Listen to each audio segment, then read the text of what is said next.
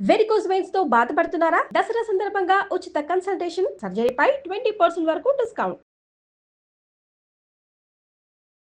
విజయదశమి శుభాకాంక్షలు రమ్మగారు. నీకు కూడా విజయదశమి శుభాకాంక్షలు జయ. సుమన్ టీవీ ప్రేక్షకులందరికీ విజయదశమి శుభాకాంక్షలు. మరి దశమి యొక్క విశిష్టత, ఆ రోజు పూజా విధానం, అనుసరించాల్సిన విధి విధానాలు, ముఖ్యంగా అవి ఒకసారి మాట్లాడుకుందామండి. నవరాత్రి పూజా విధానం 9వ రోజు రాత్రితోటి అయిపోతుంది. అయితే ఈసారి రాత్రి కాకుండా 9 పగలతోటి అయిపోయి ఆవాళ సాయంకాలమే దశమి వస్తుంది కాబోలు. ఈ సంవత్సరం పండగలన్నీ ఇలాగే చిన్న అవునండి, కన్ఫ్యూజన్తో చేయాలా వద్దా వీళ్ళ ఈ రోజు ఆ రోజు అనుకుంటూ ఉంటున్నాం. అలాగే ఉంటున్నాం. ఏ రోజైనా విజయదశమి నాడు చేయవలసిన విధి విధానాలు. విజయదశమి నాటి సాయంకాలం అమ్మవారిని అర్చించిన వాళ్ళకి ఇహపరాధులు అద్భుతంగా ఉంటాయట. అమ్మవారు ఎలాంటి అపరాజిత స్వరూపంలో కనిపిస్తుంది. మనం మామూలుగా చెప్పుకునే నవరాత్రి పూజా విధానంతో పాటుగా దేవి భాగవతంలో విశేషంగా ఏం చెప్తారంటే 9-10 రోజుల పాటు జరిగిన 9 రోజుల పాటు జరిగిన యుద్ధంలో 9వ నాడు అమ్మవారు 9వ నాటి రాత్రి మహిషాసుర మర్దినిగా అవతరించి మహిషుణ్ణి చంపింది. తెల్లవారేసరికల్లా ఆమెని భీభత్స రూపంలో చూశారు దేవతలు. మొత్తం ప్రాణికోటంతా స్తంభించిపోయిందట ఆ స్వరూపాన్ని చూసి. ఆ మహిషుడు పరిగెత్తాడు ఆమెకు అందకుండా. దుర్గా స్వరూపంలో వెంబడబడింది, అందటం లేదు, తిరగబడిపోతున్నాడు.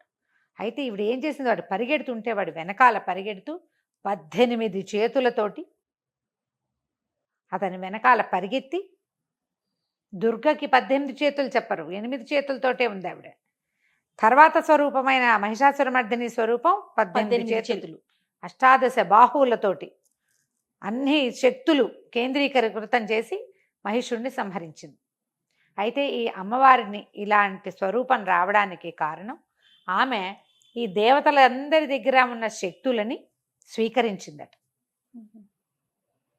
ఒక్కొక్కళ్ళ దగ్గర నుంచి ఒక్కొక్కటి బ్రాహ్మి, మాహేశ్వరి, వైష్ణవి, కౌమారి, వారాహి, నారసింహి, ఐంద్రి, ఇన్ని స్వరూపాలని తీసుకుంది. వీళ్ళందరి దగ్గర నుంచి శక్తులు తీసుకుని ఆ అన్ని శక్తులు సమకూర్చుకుంటే కానీ మనం దేని మీదైనా పూర్తి విజయం సాధించాలంటే, ఒక చెడుని పూర్తిగా జయించాలంటే ఏకీకృత శక్తి విధానంతో కుదురుతుంది. అది చూపిస్తారు ఇక్కడ ఈ పండగ సందర్భంలో. ఆమె ఆ మహోగ్ర రూపాన్ని చూసి ప్రాణ చిక్కోటంతా బెదిరిపోయిందట. దేవతలు నిశ్చేష్టులైపోయారు. అలాంటి స్వరూపాన్ని ఎప్పుడు చూసుండల.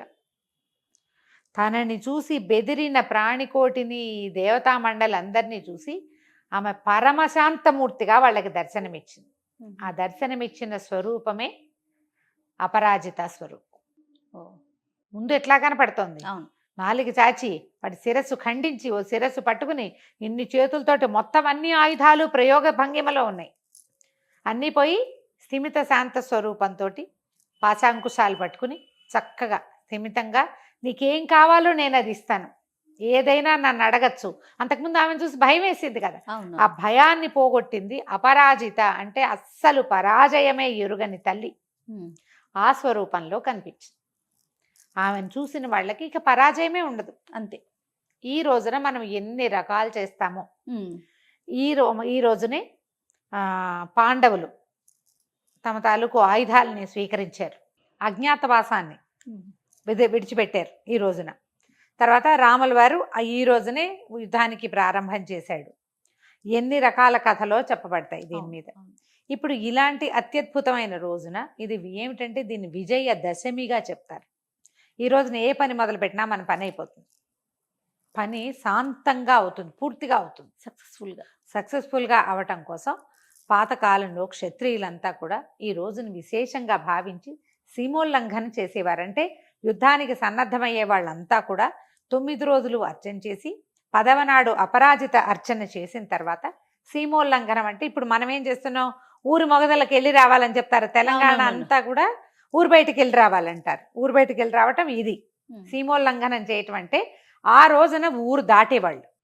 ఈ 10వ నాడు ఊరు దాటిన వాడికి వాడు ఏ పని మీద వెళ్ళాడో ఆ పని అయిపోతుంది, అమ్మవారు సాధించినట్టుగా సాధించేస్తాడు అతను. అందుకని మన వాళ్ళు ఏం చేస్తారు, పొలిమేరలు చూసి రావాలని పొలిమేర దాకా వెళ్ళొస్తారు. ఒట్టిగా పొలిమేర చూసి రావడం కాదు, ఆ రోజుల్లో చేసిన విధానం అది. అలాగే ఈ రోజున శమి వృక్షానికి పూజ చేస్తారు. అవును. మనం కూడా చేసుకుంటాం కదా, తెలంగాణ అంతా బంగారం బంగారం అని ఈ శమి వృక్షపు ఆకులన్నీ తెంచిస్తారు. అయితే ఈ పాండవులు శమి వృక్షం మీదే తమ ఆయుధాలు ఆయుధాలు దాచిపెట్టారని, ఈ శమైతే పాపం శమి శత్రు వినాశిని అర్జునస్య ధనుర్ధారి రామస్య ప్రియదర్శిని ప్రియవాదిని అని కూడా చెప్తారు కొన్ని చోట్ల. అంటే రాముడు కూడా శమి పూజ చేశాడని. అంటే ఈ శమి పూజ నిన్న మొన్న మొదలైంది కాదు, యుగాల నుంచి ఉంది. కృతయుగ నాడు త్రేతాయుగ నాడు రాముల వారు చేశారంటే ముందు యుగంలో ఉంది కాబట్టి త్రేతాయుగంలో చేశారు. అంతే అంతే. ఈ శమి వృక్షము అప్పట్లో ఏం చేసేవారట, శమి మీక నేల ఎక్కడైతే ఉందో తన మొగదలలో మట్టి తీసుకునేవారట. ఆ మట్టికి మహాబలం కలిగించే మట్టి అని అది. మన వాళ్ళు క్రమంగా ఇక్కడ ఆకులు తుంచడం దాన్నే పంచుకోవటం అనేది వచ్చింది. అది తీసి ఇట్లా మొన్నెత్తికి అద్దుకోవాలన్నమాట. మనం పుట్టమట్టి తెచ్చుకుంటాం చూడు, అట్లా శమీ వృక్షపు మూలపు మట్టి తెచ్చుకోవాలి. పాత రోజుల్లో అట్లా చేసేవాళ్ళు. క్రమంగా పద్ధతులు మారిపోతూ ఉంటాయి కదండి. ఈ శమీ వృక్షాన్ని పూజించడం కూడా ఈ రోజున చెప్పబడుతుంది. మనం 9 రోజులు అర్చన చేసుకున్న వాళ్ళు అమ్మవారిని సాగనంపేసి పీఠం ఎత్తేస్తారు. ఒకవేళ మనం విడిగా మనం పెట్టుకుని చేసుకుంటున్నారు కదా కొంతమంది, అఖండం పెట్టుకునే వాళ్ళు కూడా 9వ రోజు తర్వాత 9 నవమి పూజలు అయిన తర్వాత ఇంకా అఖండాన్ని మనం సముదాయించక్కర్లేదు. వెళ్ళిపోతానంటే అఖండ దేవత వెళ్ళిపోనివ్వచ్చు, మనం వదిలేసేయచ్చు దాన్ని. అక్కడి నుంచి ఒక పీట పెట్టుకుని విడిగా అమ్మవారిని పెట్టుకుని చేసుకుంటున్నాం అనుకోండి, నవమి పూజలు అయిన తర్వాత ఉద్యాపన చెప్పేసి అమ్మవారిని పీఠం కదిపేసి సవరి చేసుకోవచ్చు. నవమి వరకు ఇలా ఇంట్లో అన్ని పద్ధతుల ప్రకారం, అంటే ప్రతిరోజు అమ్మవారికి సాయంకాలం సేవాకాలం సమర్పించిన వాళ్ళు కూడా 10వ నాడు సేవాకాల సమర్పణ ఉండదు. అది వేరే కథ, ఇది వేరే కథ. ఈ రోజున రాజరాజేశ్వరి అష్టాంగాన్ని చేసుకుని సాధారణ పూజా విధానంతో అపరాజిత పూజ చేసుకుంటాం. రోజువారీ పూజ లాగానే మన ఇంట్లో ఓ లలితాదేవి పటం ఉంటే ఆమెకి చక్కగా గంధం పుష్పం అర్చన చేసుకుని నమస్కారం చేసుకోవటం, రాజరాజేశ్వరి అష్టకం చదువుకోవటం. కుదిరితే లలితా సహస్రనామం మీ ఓపిక ప్రకారం చేసుకోవచ్చు. స్నేహితుల్ని కలుసుకోవటం ఈ రోజున చేసేది. ఈ బంగారం పంచిపెట్టుకోవటం. శమి వృక్షం ఎక్కడైనా ఉంటే వెళ్ళి శమికి ఒక ప్రదక్షిణం చేసి ఒక నమస్కారం చేసుకోవటం. దాని వృక్ష మూలం తాకాలి, అంతే. నేల తాకటం అనేది చాలా ఇంపార్టెంట్. మన ప్రాంతంలో పాలపిట్టను చూడడం అని చెప్తారు. ఈ పాలపిట్ట ఏంటంటే అది వర్షాలు ఉన్ననాళ్ళు అది బయటికి రాదు, దానికి తడిగిట్టదు. వర్షాకాలం వెళ్ళిపోయింది అనే దానికి సూచన పాలపిట్ట రావటం. వానలు ఆగిపోయినాయి, అందుకని మనం ఆ పాలపిట్టను చూడాలి అని చెప్తారు. పాలపిట్టలు కనపడవు ఈ మధ్యట, పంజరాల్లో పెట్టి పట్టుకొచ్చి చూపిస్తారట. పాలపిట్ట దర్శనం తప్పనిసరి అని. పాలపిట్ట దర్శనం చేయాలంటే ఏం చేయాలి జయ? మనం ఇంట్లో కూర్చుంటే కనపడుతుంది, రోడ్డు మీదకి వెళ్ళాలి కదా, పచ్చిక బయళ్లలోకి బయటికి వెళ్ళాలి, ప్రకృతిని చూడమని. అంతే.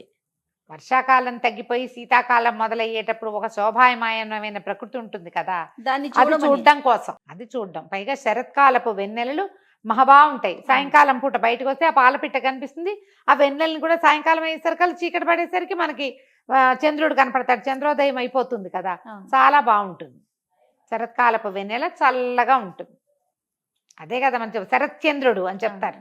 అందుకోసమని సాయంకాలం బయటికి వెళ్ళి సీమోల్లంఘన చేసి, అంటే ఊరు బయళ్ళకి పొలిమేరల దాకా వెళ్ళి ఈ పిట్ట కోసం చూసి మనం తిరిగి రావాలంటే ఊరు బయరు మన ఇంటి పక్కనే ఉండదు, ఇదంతా నడిచి వస్తాం.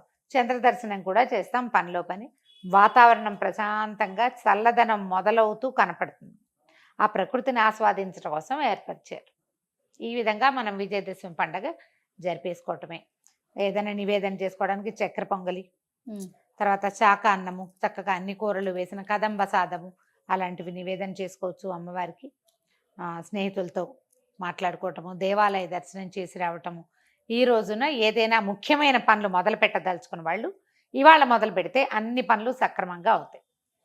వ్యాపారానికి కానీ, విద్యకి కానీ, ప్రయాణానికి కానీ, ఫారిన్ ప్రయాణం చేయదలుచుకున్న వాళ్ళు ఈ రోజునే అప్లికేషన్స్ పెట్టుకోవటం కానీ, పండగ సెలవైనా మనం రాయొచ్చు కదా, ఆన్లైన్ అప్లై చేసుకోవచ్చు కదా, వ్యాపార ఆరంభం చేసుకోవచ్చు, వ్యాపారం డెవలప్ చేసుకోవచ్చు. కొత్తగా ఏదైనా చదువుకోదలుచుకున్న వాళ్ళు ఈ రోజున మొదలు పెట్టుకుంటే చదువు సజావుగా సాగుతుంది. ఈ రోజున ఇంకా ముహూర్తం ఏం చూసుకోకర్లా. దశమి నాడు కొత్త బండి స్టార్ట్ చేయటం, కొత్త వస్తువులు మొదలు పెట్టుకోవటము, ఒకవేళ ఏదైనా కొత్త ఇంటికి వెళ్ళదలుచుకుంటే ఆ రోజున వెళ్ళిపోవటము, ఏదైనా చేయొచ్చు. విజయదశమి నాడు ముహూర్త నియమం విజయాలి, అంతా విజయాలి. మనం అన్ని చోట్ల ఇదే పాటిస్తాం. భారతదేశం అంతా జరుపుకునే పండగ అంతే. దసరా అందరూ చేసుకుంటారు. దశహరా అనేది 10 వృత్తులు, మన అవును. మనోవృత్తుల్లో ఉన్నటువంటి 10 రకాల దుర్లక్షణాలని పోగొట్టుకునే రోజు. అంతే. ఒకవేళ ఈ 9 రోజులు మనం ఏమి చేసుకోలేదు, ఇవాళ పెద్ద పండుగ అని అనుకుంటే ఈ రోజైనా మీరు అమ్మవారిని అర్చన చేసుకోవచ్చు. ఓ లలిత సహస్రనామం చదువుకోవచ్చు, రాజరాజేశ్వరి అష్టకం చదువుకోవచ్చు, ఓ దేవాలయాన్ని దర్శనం చేసిన 10 రోజులు పూజ చేసిన ఫలితం ఈ 10వ రోజు, 9 రోజులు చేసింది 10వ రోజు పూజ చేసినా కూడా లభిస్తుంది. ఏదో ఒక శ్రద్ధతోటి నమస్కారం చేసుకోండి. అంతే పిల్ల పాపలతో పండగ చక్కగా జరుపుకోవాలి. గొడవలు, కొట్లాటలు, పోట్లాటలు, వాదనలు, కాకుండా దుర్భాషలాడ్డాలు, నువ్వంటే నువ్వంటాలు లేకుండా ప్రశాంతంగా అత్యద్భుతమైన మానవ సంబంధాలతోటి పండగ చక్కగా జరుపుకోండి. శుభం. నమస్తే రమ్య. నమస్తే జయ.